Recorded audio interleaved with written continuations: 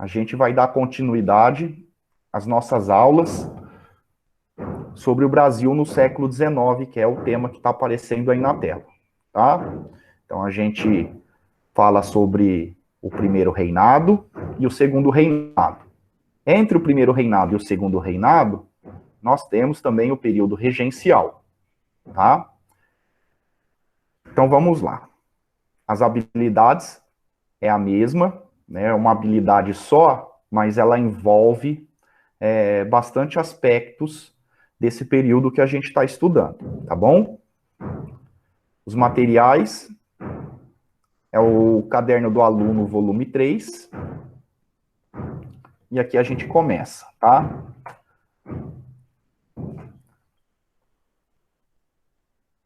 Alguém quer ler para mim, por favor?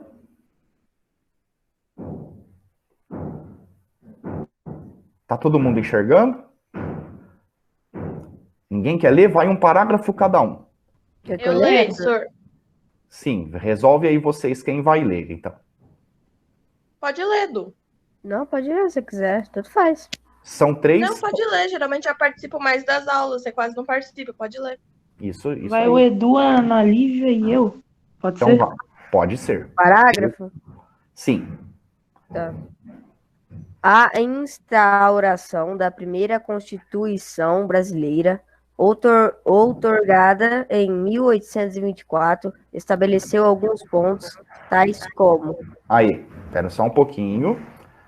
Só para relembrar, quem ainda não sabe, outorgada é que o Dom Pedro I, ele se juntou com alguns apoiadores e ele mesmo redigiu a Constituição, tá? Então, quando a gente fala outorgada, significa que ela já foi entregue, pronta.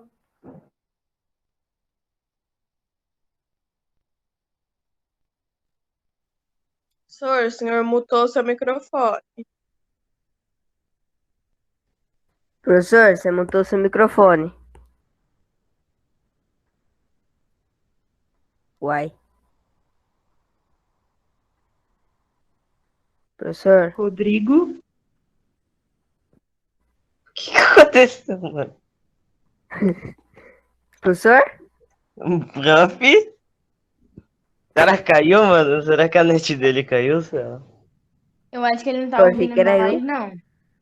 Achei que eu Quem tava... que é essa O Maria microfone Ana dele aí? tá mutado, por isso. Tem Que alguma Mariana? Maria Ana na sala.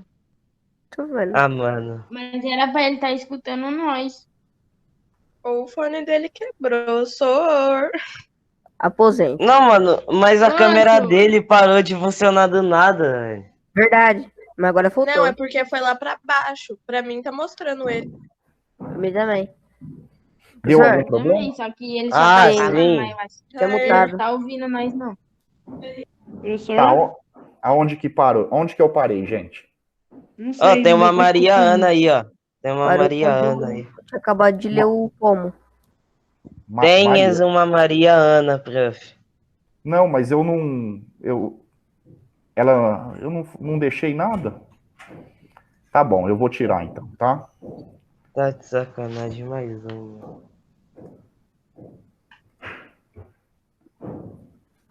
Aonde que eu parei, gente? Eles não têm o que fazer, eles ficam hackeando o Google Meet. É o fim do mundo.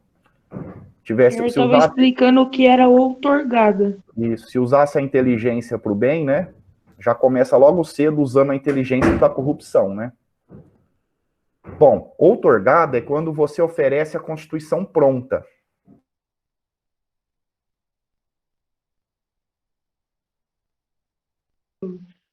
De novo, mutou o menino. Aí é brincadeira, viu? É, tá de sacanagem. Ser alguns políticos, tá? E O professor, como exemplo, seu Ô, fone tá professor. dando umas cortadas aí. tá dando Tá, umas tá cortadas, ruim aí. filho. A internet tá ruim aí. A internet tá ruim hoje, viu? Será que a gente vai conseguir ter aula? Bom, vamos lá. Deixa a outorgada e promulgada para lá, que vocês já pesquisaram, era para saber. Tá bom? Vamos continuar a leitura, então? Vamos lá. Pode ser. Quem vai continuar agora? Eu? Pode continuar? É o mesmo que estava lendo. O parágrafo ele só Tá. vai terminar no publicamente. Tá bom. Poder executivo, poder legislativo, poder judiciário e poder moderador. Aí. Então, nós temos o poder moderador, que é a novidade aqui, naquela ideia do Barão de Montesquieu, cuja característica principal era que o poder moderador, ele podia interferir no poder legislativo, que são os deputados e senadores, e no poder judiciário, que são os juízes. Lembrando que Dom Pedro I já representava o poder executivo. Então, Dom Pedro I ficava com o poder executivo e com o poder moderador. Ele ficando com esses dois poderes, ele tinha controle sobre os outros poderes. Então, aquela história de você dividir o poder para evitar que a pessoa abuse dele, que era a ideia iluminista do Barão de Montesquieu, acaba indo por água abaixo. Pode continuar. Eleições censitariais com ênfase na renda anual de cada eleitor. Isso, eleições censitárias significa que você precisaria comprovar uma certa quantidade de grana anualmente para você ter o direito de votar. E também, para se candidatar, você teria que ganhar ainda mais, tá? Então, não era todo mundo que podia votar. Pode continuar. As mulheres não possuíam direito ao voto. Estranho, né, galera? Mas essa é a primeira Constituição. Pode continuar. O catolicismo foi adotado como a religião oficial do Estado, sendo permitido o culto somente de maneiras domésticas a outras crenças religiosas. Isto é, pessoas que não eram católicas não podiam demonstrar sua fé publicamente. Isso. Então, essa parte, ela já está bem explicadinha pela escrita, né? Então, você poderia ter outra religião diferente do catolicismo. Entretanto, vocês já perceberam que poderia sofrer discriminação, tá? Quem vai ler o segundo parágrafo? Eu. Então, vai. A Constituição de 1988, datada de 5 de outubro de 1988, inaugurou uma nova realidade jurídico-institucional no país. Isto é, por meio de leis, estabeleceu-se ampliação das liberdades e dos direitos individuais. E, em especial, em seu artigo 5º, a nossa Constituição diz que todos nós somos iguais perante a lei, sem distinção de qualquer natureza. Destacamos, assim, algumas condições estabelecidas. Isso. Então, quem que vai ler o terceiro parágrafo? São essas bolinhas. Pode mandar ver.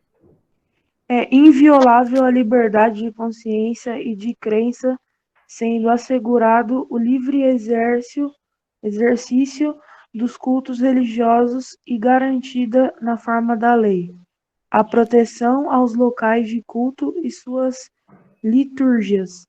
Isso. Liturgias são suas cerimônias, tá? Gente, Constituição de 1988 é a nossa de hoje, tá? Ela vem sofrendo algumas alterações, mas tem trechos chamada de cláusula pétrea que não podem ser alteradas. Mas a nossa Constituição, ela pode ser mudada, tá? Isso chama emenda constitucional. Se vocês um dia ouvirem isso na televisão ou lerem em alguma mídia impressa, fiquem sabendo então, tá? É bem difícil você aprovar uma emenda constitucional, que você precisa de 2/3 do Congresso para aprová-la, ok? Mas, em todo caso, é possível mudar a Constituição, como recentemente aconteceu na questão da aposentadoria, tá? Esse trecho que o Rodrigo leu falando sobre a liberdade religiosa, vocês perceberam que há uma diferença entre a Constituição de 1988 e a Constituição de 1824, que a gente leu ali em cima, sobre a religião? Deem uma lidinha ali em cima na quarta bolinha, leiam para vocês, para a gente poder comparar com essa última leitura que o Rodrigo fez.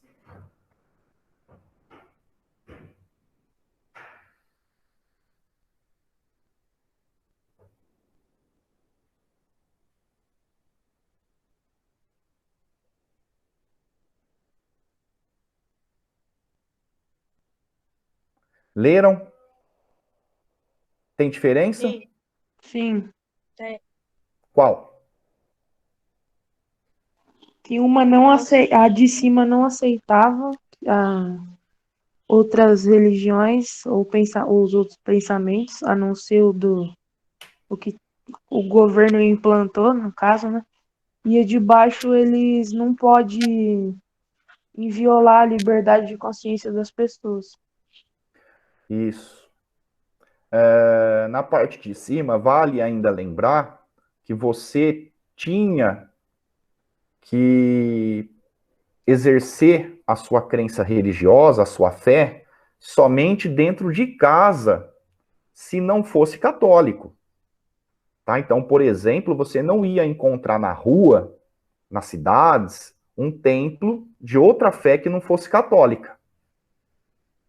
Interessante isso, né? Interessante no sentido de a gente hoje achar isso um absurdo, né? Porque a gente passa pelas ruas da nossa cidade, a gente encontra diversos templos religiosos das mais diversas fés, tá? Então, por exemplo, nós temos bastante templos evangélicos, nós temos outras vertentes cristãs, nós temos em cidades maiores, em Jaboticabal, você não encontra muito, mas você poderia, por exemplo, em São Paulo, encontrar sinagogas, que é específico da religião dos hebreus. Nós também podemos encontrar as mesquitas, que é da fé do islamismo. Tá? A gente encontra em Jaboticabal também centros espíritas, tá? E pode, eventualmente, encontrar também templos de Umbanda, Candomblé, que ainda as pessoas ficam mais escondidinhos, porque, infelizmente, eles ainda são vítimas de intolerância religiosa perante as pessoas. Mas, hoje, eles têm a lei para protegê-los. Mesmo assim, nem sempre a lei é suficiente para isso. Eles acabam sofrendo diversos tipos de discriminação, principalmente por conta da ignorância, da falta de conhecimento, tá?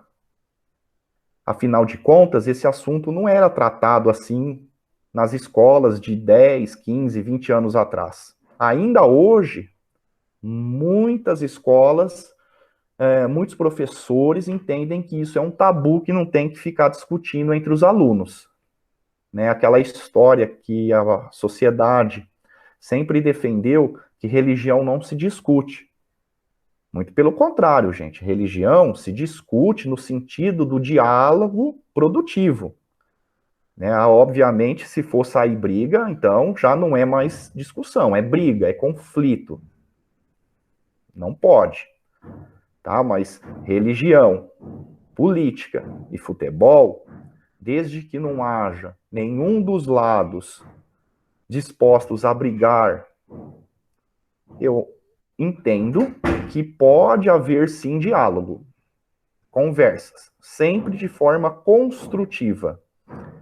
Lembrando-se que o fanatismo não leva ninguém a nenhum lugar, tá? E gostar muito não é ser fanático, tá bom?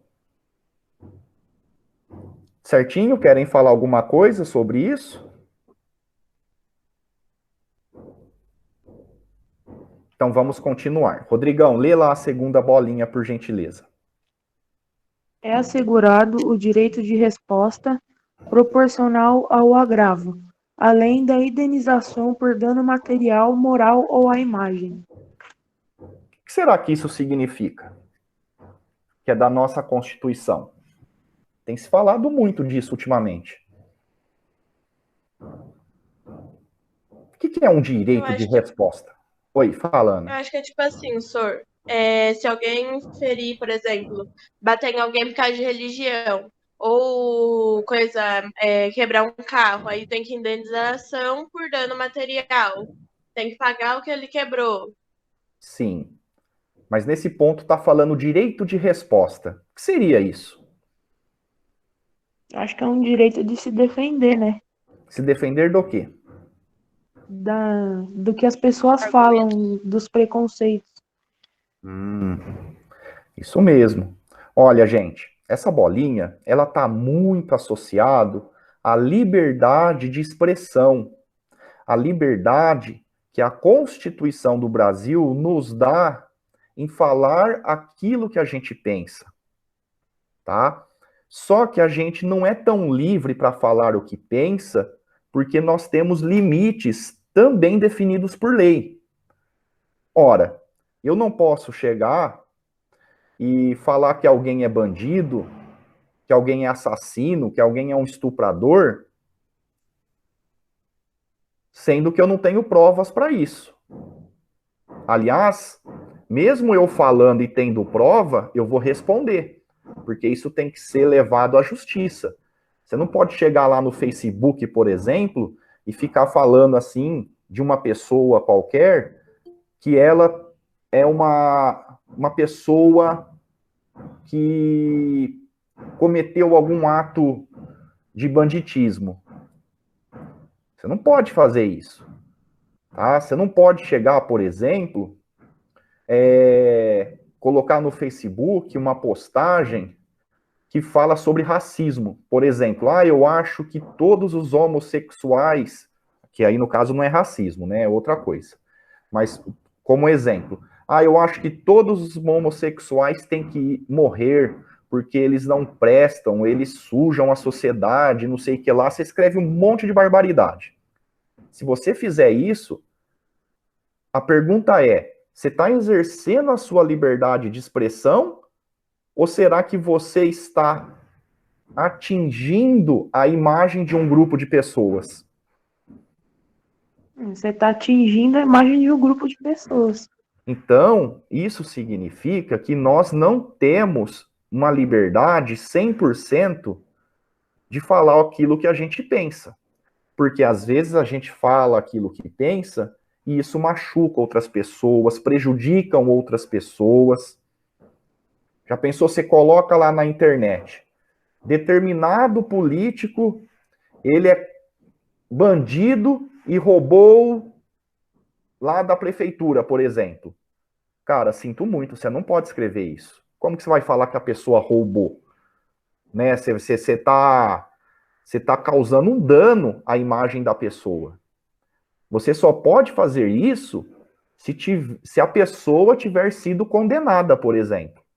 Você pode escrever assim: tal político está sofrendo um processo, estão investigando se ele é corrupto ou não.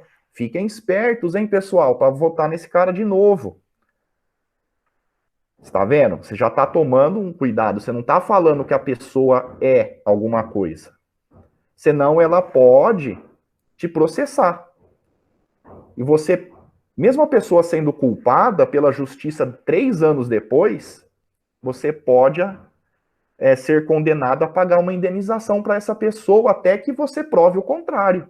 Se você não provar, você acaba sendo considerado uma pessoa que agravou, né, ou sujou a imagem de alguém, a moral de alguém.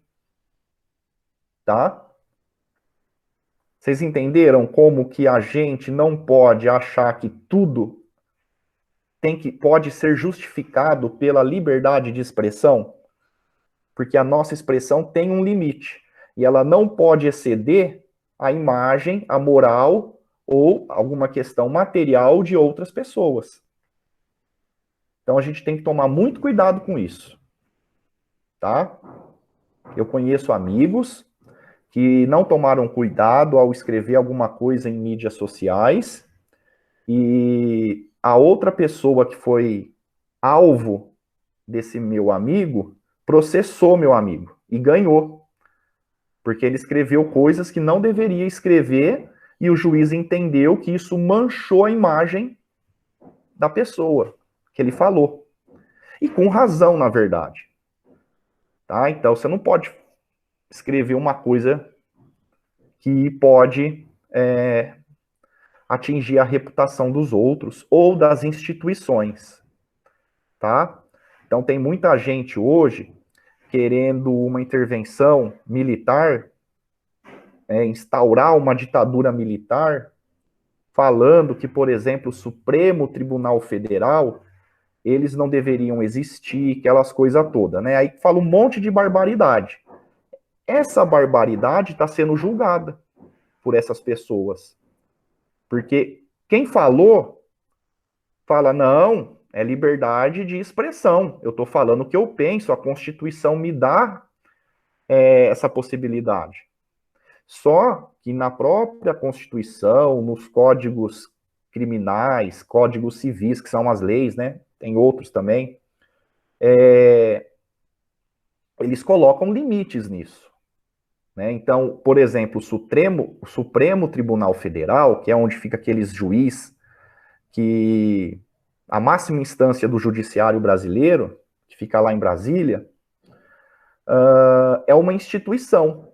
Então, não é só a pessoa física, mas a pessoa jurídica, né? A instituição, empresas, elas também podem ser alvo de ataques morais à imagem, e isso causa prejuízo material também.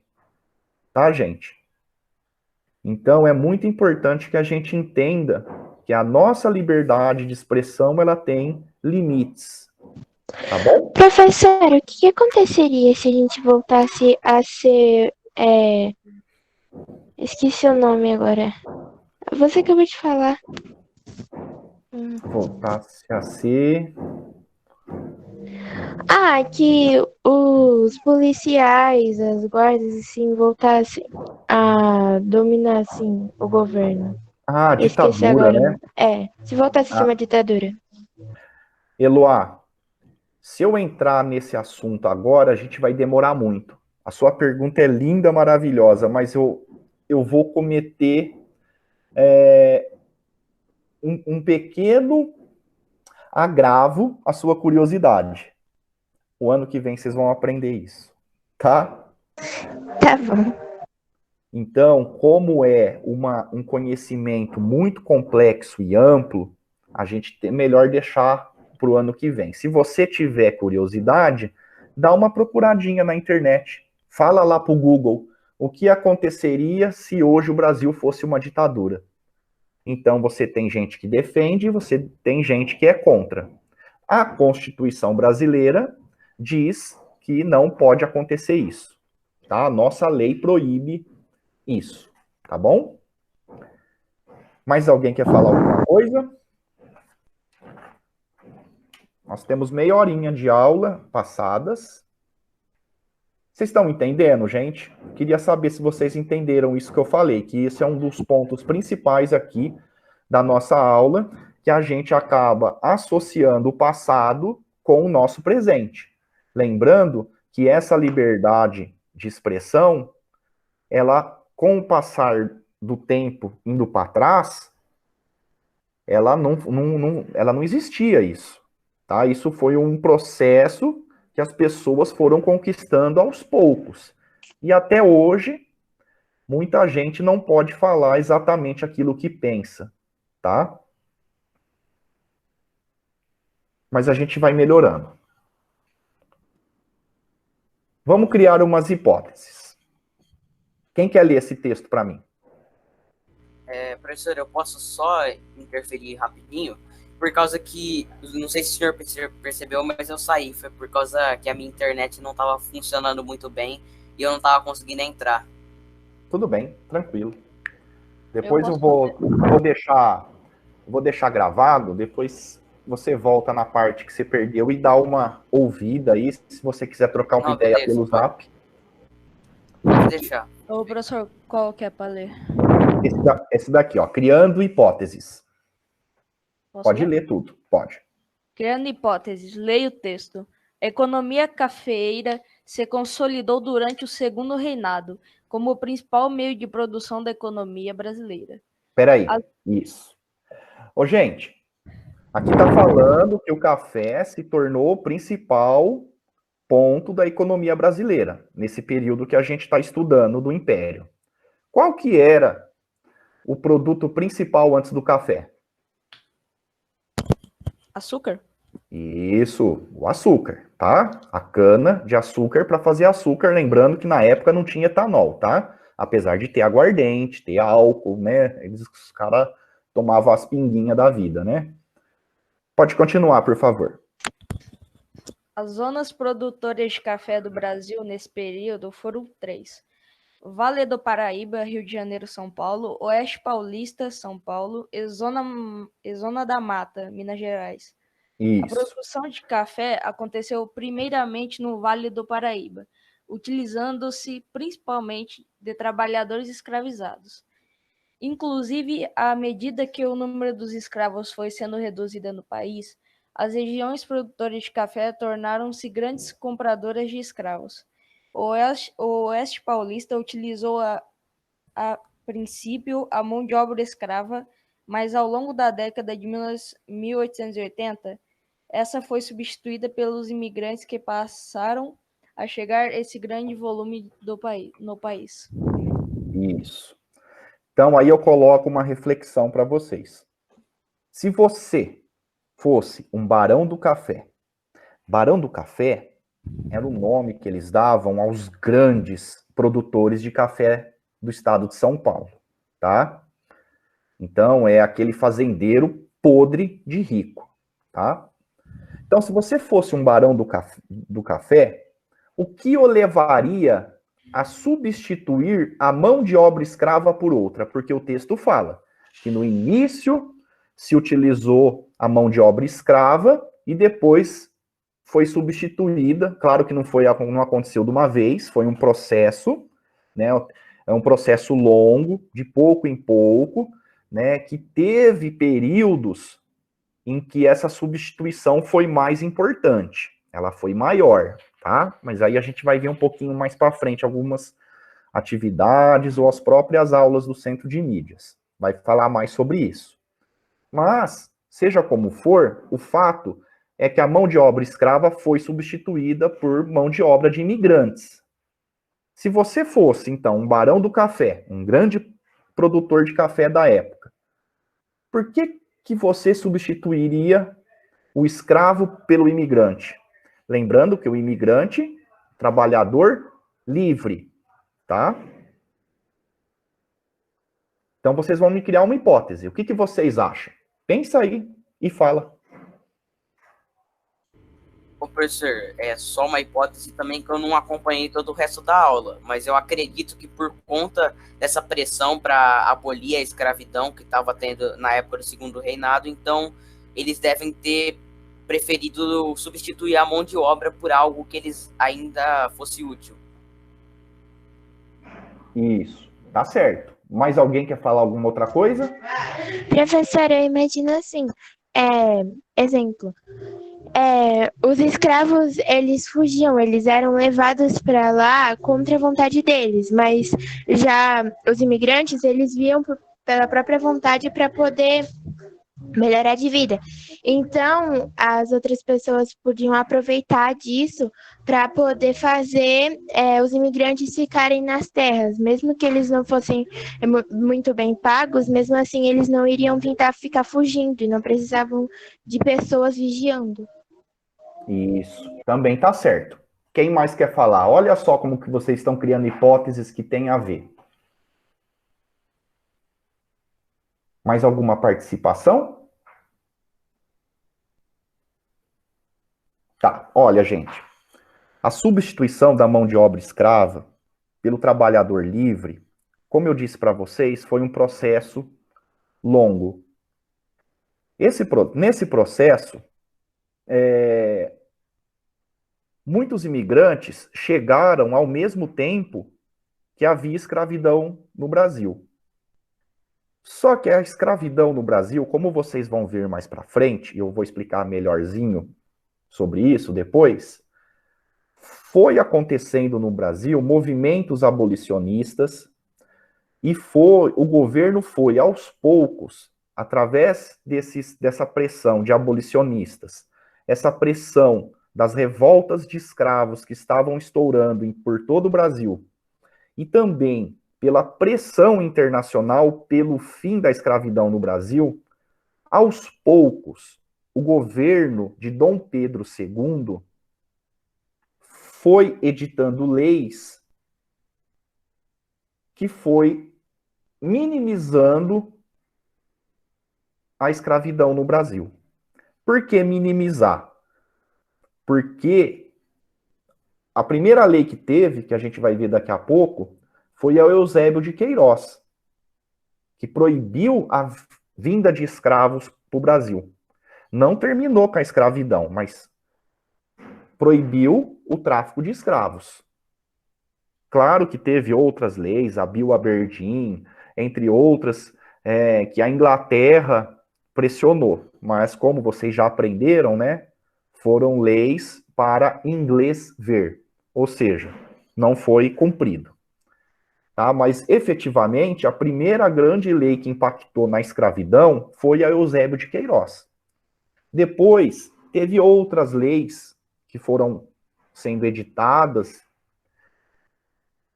antes de chegar no fim da escravidão pela Lei Áurea, lá que vocês já conhecem, que foi a princesa Isabel que assinou, em 1888. Então, até chegar lá, teve algumas leis que eu não quero falar agora, que foi, então, fazendo com que a escravidão fosse perdendo fôlego, tá? Então, é óbvio que com o fim, ou melhor, com a diminuição gradativa dos escravos no Brasil, alguém precisava trabalhar. E existiu esse movimento do governo brasileiro subsidiar, né, ajudar economicamente a vinda de imigrantes para o Brasil.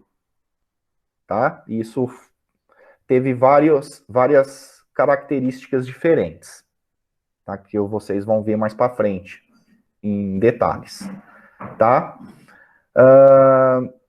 Tanto que esses trabalhadores imigrantes, eles também acabaram sofrendo na mão dos empregadores. Porque apesar deles serem livres, eles trabalhavam praticamente igual a um escravo. Ou melhor, trabalhava igual no começo.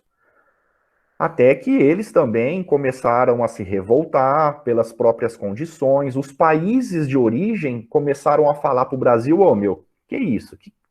Que palhaçada é essa que vocês estão fazendo com a galera que saiu aqui do meu país e foi aí para tentar melhorar de vida no seu?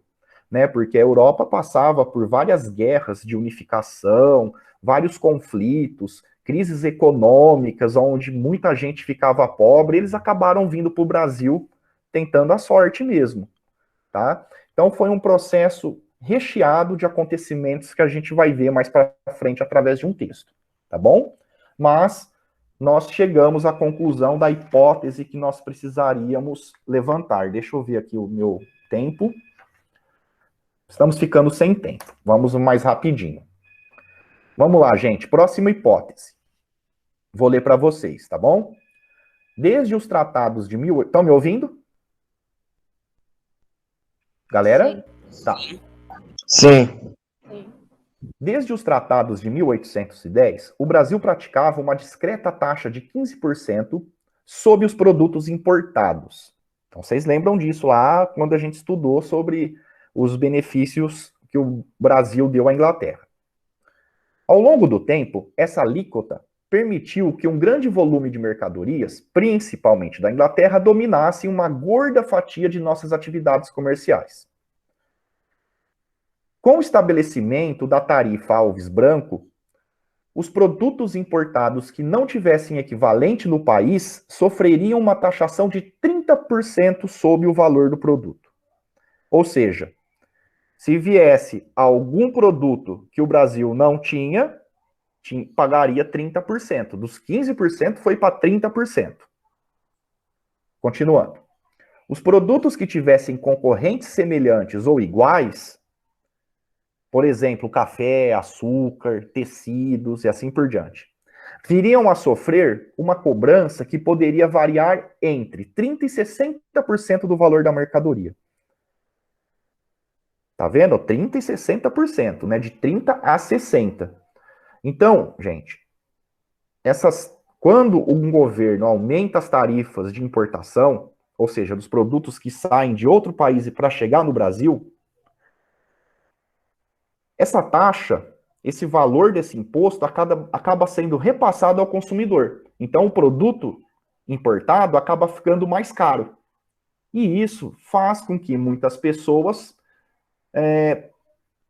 procurem um produto nacional que vai estar mais barato, que não vai ter essa taxa embutida no seu preço, tá? Isso acontece até hoje.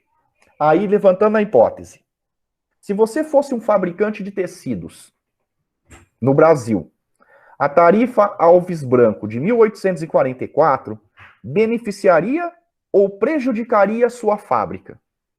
Por quê? E aí, gente, quem fala? A tarifa Alves Branco, que aumenta o valor do produto importado, vai ser bom para você ou vai ser ruim para você se você fosse um dono de fábrica de tecidos?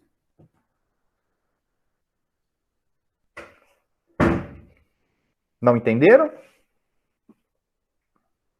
Eu acredito que seria ruim, tendo em vista que o produto aumenta o valor do produto que vem do exterior. Por que ruim? Seria ruim por causa que aí o mercado nacional ficaria reduzido, né? Por causa que o povo iria preferir comprar da mercadoria que está reduzida, que vier de outros países. Então, mas são as mercadorias que vêm de outros países que vão ficar mais caro. É o contrário do que você falou. Ah, sim. Captou? Agora eu entendi. Eu achei que era aumentar o valor de... não sei o que eu pensei. Do preço. Só sei que eu confundi. Não, você pensou certo. Só que é assim, a tarifa, ela deixava o produto importado mais caro. Então, se vem lá um rolo de tecido da Inglaterra, o mesmo rolo de tecido aqui no Brasil, ele não vai ter esse 30% a mais no valor do produto. Então, o que acontece? Supondo que seja de mesma qualidade, supondo que seja o mesmo custo de produção, porque isso também não era, mas vamos supor que era, né, ideal, o produto da Inglaterra, se custaria 100 e fosse vendido aqui no Brasil por 110, porque 10 é o lucro, ele teria que ter mais 30% no valor, senão a fábrica inglesa ia ter prejuízo. Então, se a gente pegar mais R$30, somando com 10 e com 100, daria quanto? 140. Se o mesmo tecido, a mesma quantidade, o mesmo rolo fosse feito aqui no Brasil e custasse 100, você venderia só por 110 ao invés de ter que vender por 140. Então, o que é mais barato? 110 ou 140? 110. Né? É mais barato para o comprador. Então, o que acontece? O comprador vai comprar mais tecido do mercado nacional, do Brasil, daquele que é feito no Brasil, ao invés de comprar um importado que sai muito mais caro. Por isso que vira e mexe, vocês vão escutar falar sobre guerras comerciais. Tá? Até hoje existe esse negócio. Então, o que aconteceu? Essa tarifa, ela beneficiou as empresas nacionais do Brasil. Assim sendo, até ajudou o Brasil a criar mais fábricas, tá? Então, o Brasil deu uma pequena industrialização nessa época. Que, inclusive, se vocês tiverem curiosidade, que é legal, pesquisem lá na internet sobre a Era Mauá. Era de tempo, né? Mauá, sobrenome do famoso Barão de Mauá. Tá? Deem uma pesquisadinha lá. Bom, então é isso, gente. Tem ainda essa hipótese que nós, por um acaso, já falamos. Então, vou ler rapidinho sobre um trecho da Lei Eusébio de Queiroz. As embarcações brasileiras, encontradas em qualquer parte, e as estrangeiras encontradas nos portos, enseadas, ancoradouros ou mares territoriais do Brasil, tendo a seu bordo escravos, cuja importação é proibida pela Lei de 7 de novembro de 1831, ou havendo os desembarcado, serão apreendidas pelas autoridades ou pelos navios de guerra brasileiro e consideradas importadoras de escravos. Tá? Então, trocando tudo isso em miúdos, estava proibido chegar escravos de outro lugar para cá. Esse outro lugar era a África, vocês já sabem, né? Mas ainda continuava tendo comércio interno, tá? Então, poderia ter comércio de escravos, só que só os escravos que já estavam em território brasileiro, tá? Se você fosse um rico comerciante de escravos, então imagina que você ganhava dinheiro trazendo escravo da África para cá. O que você faria com o seu dinheiro acumulado a partir da publicação dessa lei que proibia você fazer o comércio de escravos da África para cá? O que você ia fazer com o teu dinheiro? Você não ia deixar parado. Sabe o que aconteceu? Claro que aconteceu um monte de coisa, mas um fenômeno muito interessante que aconteceu foi que, com o fim do tráfico de escravos, toda essa grana que estava concentrada nesse mercado, que era muito grande, muito alta, ela acabou sendo direcionada para outros setores da economia brasileira, inclusive na hora de comprar terras, para você virar um fazendeiro, ou você construir fábricas, ou partir para outro tipo de comércio que não fosse proibido pela lei. Então, a atividade econômica brasileira acabou se diversificando por conta disso, tá? Depois a gente vê os problemas que isso deu, né? Tanto para os proprietários de escravos, quanto para o governo. Tá bom, gente? Espero que vocês tenham gostado. A gente passou 5 minutinhos, como sempre, né? Professor Rodrigo demorando um pouquinho, mas tudo bem. Eu espero que isso ajude vocês a entenderem um pouco da questão econômica dessa época. Depois eu passo algumas leituras só para vocês, só leitura, tá? Vai ter atividade, mas é atividade pequena, para vocês me mandarem daquilo que vocês já estão acostumados. Mas quando eu mandar só a leitura, gente, é muito importante que vocês façam essa leitura, ou no caso, assistir algum vídeo, tá? Mesmo não tendo que me provar nada, só escreve lá lido, né? Essas coisas que eu peço para vocês. É importante que façam essas atividades, mesmo que não tenha que me mandar nada no caderno. Tá bom? Certinho? Podemos ir? Certinho, professor. Tchau, tchau. Tchau. Tchau.